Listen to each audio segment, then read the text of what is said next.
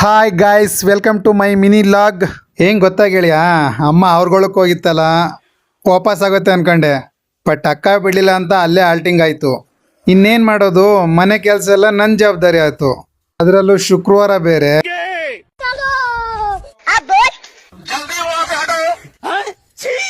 ನಮ್ಮಮ್ಮ ಒಂದಿನ ಮನೇಲಿಲ್ಲ ಅಂದರೆ ಇಡೀ ಮನೆ ನರಕ ಇದ್ದಂಗೆ. ಈ ಮನೆಗೆ ನಮ್ಮಮ್ಮ ಇದ್ರೇ ಚಂದ. ನಾವು ಗಂಡ್ಮಕ್ಳು ಹೊರ್ಗಡೆ ಹೋಗಿ ಒಂದು ಕೆಲಸ ಮಾಡ್ಕೊಂಬರ್ತೀವಿ, ಆದರೆ ಹೆಣ್ಮಕ್ಳು ಮನೇಲಿ ಇಷ್ಟೊಂದೆಲ್ಲ ಕೆಲಸ ಮಾಡಿದ್ರು ಏನು ಮಾಡೇ ಇಲ್ಲ ಅನ್ನಂಗೆ ಎಷ್ಟು ಕೂಲಾಗಿರ್ತಾರಲ್ಲ. ಆದರೂ ನಾವು ಅವ್ರ ಮೇಲೆ ಕೋಪ ಮಾಡ್ಕೊತೀವಿ, ಸಿಟ್ಟು ಮಾಡ್ಕೊಂಡ್ರು ಅವ್ರು ಅಷ್ಟೇ ತಾಳ್ಮೆದ ನಮ್ಮನ್ನು ನೋಡ್ಕೊತಾರೆ.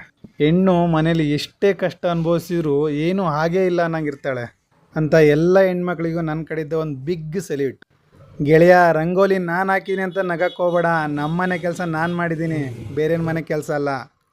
ಆಮೇಲೆ ಆ ಕೆಲಸ ಅವರೇ ಮಾಡಬೇಕು, ಈ ಕೆಲಸ ಇವರೇ ಮಾಡಬೇಕು ಅಂದ್ಕೊಂಡು ಕುಂತ್ಕೊಂಡ್ರೆ ಜೀವನ ನಡೆಯಲ್ಲ.